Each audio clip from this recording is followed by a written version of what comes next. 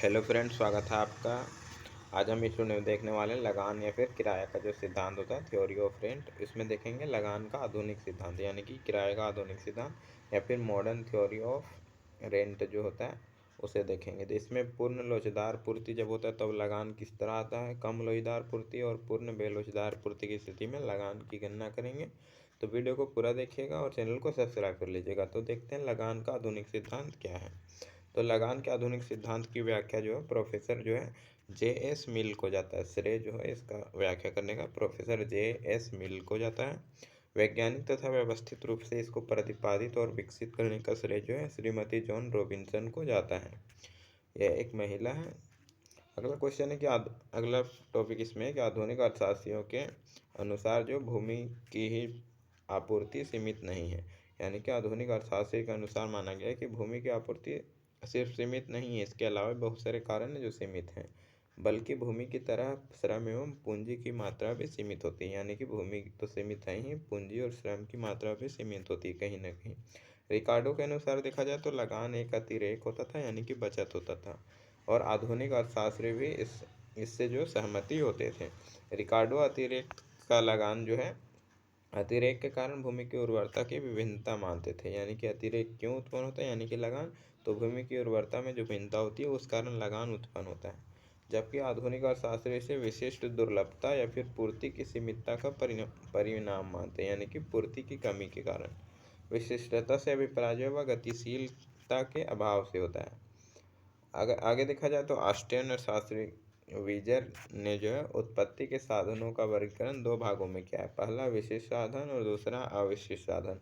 विशिष्ट साधन साधन जो है वे साधन होते हैं जिनका एक ही प्रयोग संभव होता है, उसे विशिष्ट साधन कहा जाता है। अर्थात जिनमें गतिशीलता कम होती है उसे विशिष्ट साधन कहते हैं। अविशिष्ट साधन वे साधन होते हैं जिनमें गतिशीलता हो और जिनका एक से अधिक प्रयोग जो है संभव, उसे अविशिष्ट कहेंगे। इन साधनों का जो पारिश्रमिक होता है तो उनकी सीमांत उत्पादकता के बराबर बराबर जो निर्धारित होता है।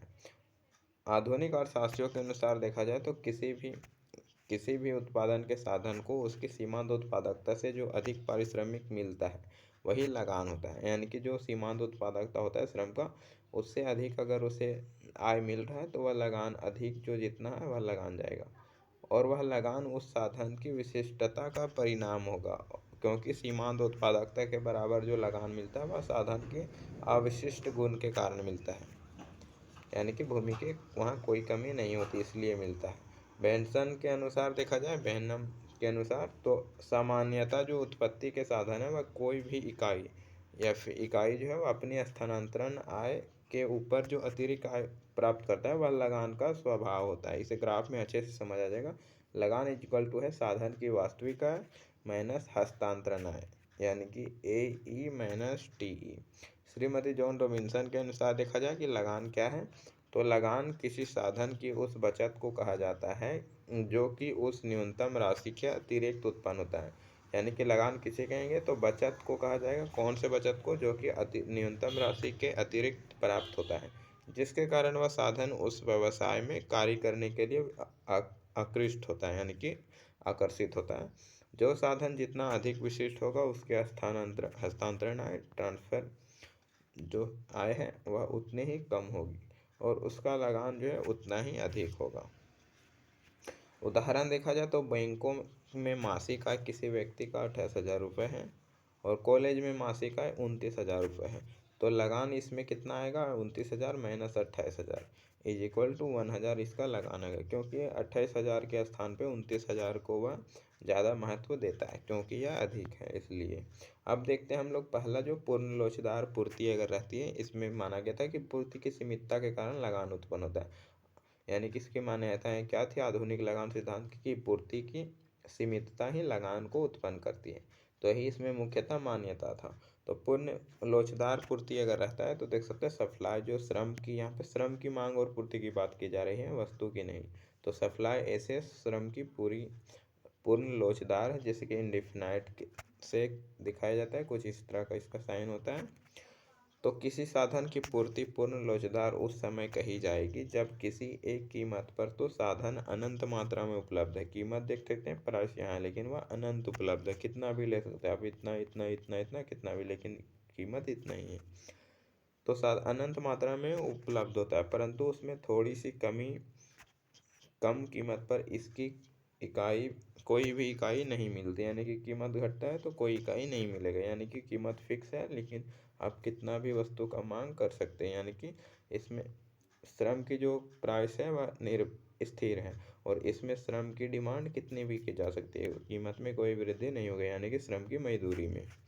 तो अर्थशास्त्र के शब्दों में उनकी वास्तविक आय जो एक्चुअल इनकम होगा एई हस्तांतरण आय ट्रांसफर अर्निंग टीई के बराबर होगा। यहाँ देख सकते हैं एई इज इक्वल टू टीई है, यानी कि इतना इसका एई है और इतना ही इसका टीई है। तो इस समय जो लगान होगा वह 0 हो जाएगा।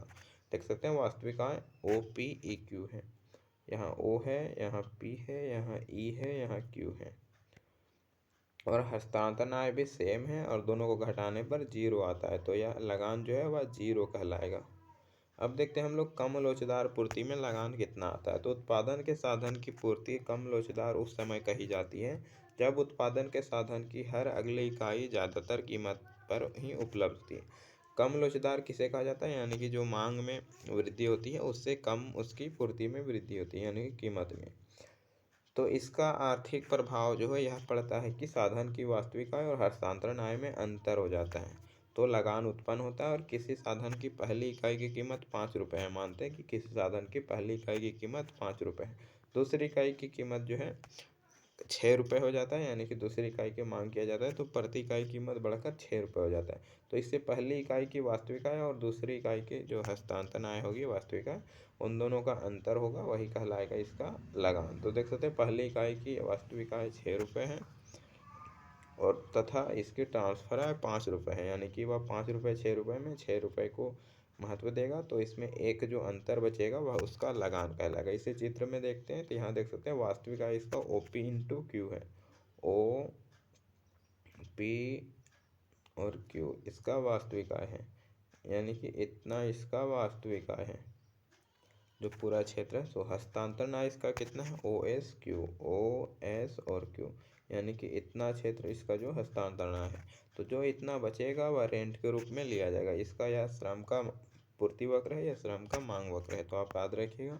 तीसरा देखते हैं कम लोचदार पूर्ति की स्थिति में कैसी होती है। तो जब साधन कीमत का जो साधन पूर्ति पर कोई प्रभाव नहीं पड़ता है तो उसे पूर्ण बेलोचदार कहते हैं।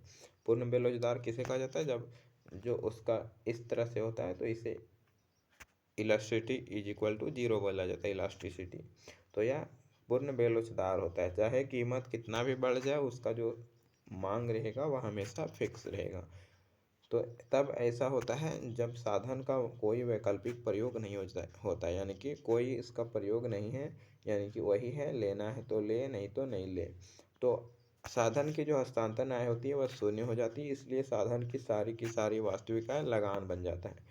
यहाँ देख सकते हैं वास्तविक आय जो है ओ पी ई क्यू है, ओ पी ई क्यू, यह श्रम का पूर्ति वक्र है और श्रम का मांग वक्र है। तो यह बेलोचदार पूर्ति को दर्शाता है, इलास्टिसिटी इज इक्वल टू 0। हस्तांतरण आय इसमें शून्य है क्योंकि यहाँ पे इसका संतुलन बन रहा है, और लगान जो है वो पूरा का पूरा लगान के रूप में जाएगा। तो इस तरह से लगान का सिद्धांत था। वीडियो अच्छा लगा लाइक कमेंट चैनल को सब्सक्राइब कर लीजिएगा। और इसमें अगर आपको देखना है रिकार्डो का लगान सिद्धांत या फिर परंपरावादी लगान सिद्धांत तो उसका बता दिया गया, वीडियो देख लीजिएगा, प्लेलिस्ट में अवेलेबल है। और नोट्स के लिए ग्रुप में जुड़ सकते हैं, पेड नोट्स मिल जाएगा।